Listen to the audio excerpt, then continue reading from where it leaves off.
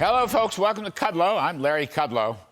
So, it's bad enough that Joe Biden is once again looting the Strategic Petroleum Reserve, which I am now calling the Strategic Political Reserve.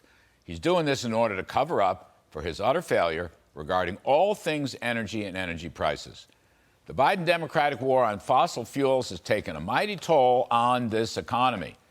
In fact, one reason the inflation rate has soared from about 1% when he was elected to about 8 to 10% presently today is skyrocketing energy prices.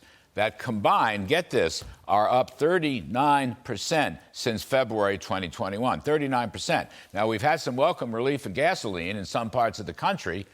Gas prices at the pump, however, are still up 48%. Incidentally, the latest Rasmussen Reports poll shows that people are still furious at Biden for the higher gasoline prices at the pump. But there's more. Electricity prices up 22%, motor fuel 49%, fuel oil 70%. So now get ready for the big chill. That's the editorial headline in today's Wall Street Journal. Get this. Average U.S. household spending will increase for all heating fuels this winter, including natural gas plus 28%, heating oil plus 27%, electricity plus 10%, and propane up 5%. All I can say is, brr, it's cold in the winter. Imagine that. Now, I hope a lot of Americans wear plenty of sweaters, just like the days of Jimmy Carter.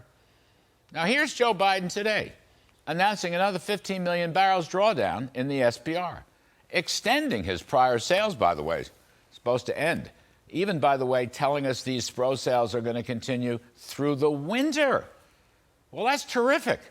We won't have to worry about some kind of wartime Saudi OPEC oil embargo because Joe Biden will have embargoed American oil himself. And here's really the pièce de résistance, phony, fraudulent fix from Biden.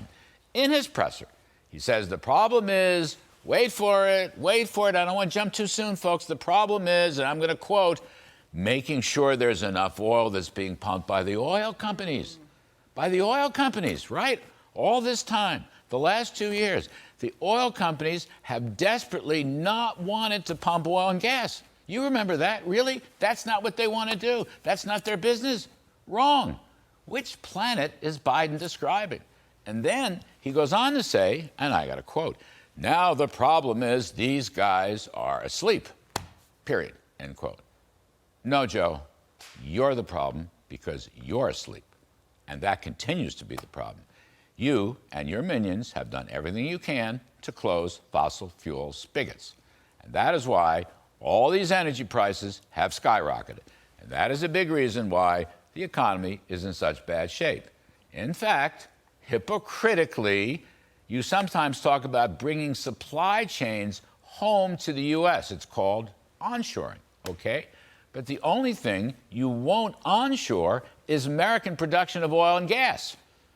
You'd rather pipe it in from Iran or Venezuela or Russia or OPEC Plus, right? You have given the energy and national security power that American dominated to our enemies and our rivals overseas. So now they dominate.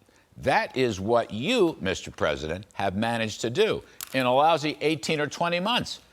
We're producing today 11.8 million barrels a day. We should be at 14 million barrels per day. That, according to the Energy Information Agency that was put out a couple of years ago. But we're not there. We shouldn't be looting SPRO. We should be producing and permitting and pipelining and refining and LNG exporting, which would not only create more and cheaper energy, it would be creating high-wage jobs for blue-collar working folks, wouldn't it now? But you don't care about blue-collar working folks anymore. You're only into the coastal elites and this crazy global warming stuff. No, you're actually standing up at a presser today and blaming oil companies.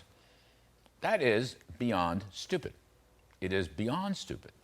The one thing Joe Biden has done across the board in only 18 or 20 months is weaken this country. Its energy weakness, its economic weakness. He's damaged middle-class working folks. He's damaged our national security. One thing after another under the radical false flag, unscientific gibberish about some immediate global warming existential risk which does not exist, and not even the UN climate panel agrees with them. That unfortunately fraudulent flag has done more to damage this country in less than 2 years than any president in the last 4 decades at least. And I'm going to give Jimmy Carter credit because at least in the last year or two he figured out Soviet communism was our enemy. Biden hadn't figured anything out. By the way, as an aside, my last point, the American Petroleum Institute, which is a responsible trade group, which members have a long history of helping America get through wars and tough times, really the finest energy industry in the world that produces the cleanest oil and gas in the world. The API weighed in today by saying the SPR was established to reduce the impact of severe supply disruptions, not as a long-term solution to the economic pain Americans are feeling at the pump. We urge the administration to recognize that short-term policy making is no substitute for long-term strategies needed to encourage energy production. That's a key phrase, energy production, here, onshoring. Thank heavens, in this whole energy discussion, there is at least one adult in the room. But that name ain't Biden. And that's why the cavalry is coming, big time. All right? That's my riff. And yes, I am annoyed.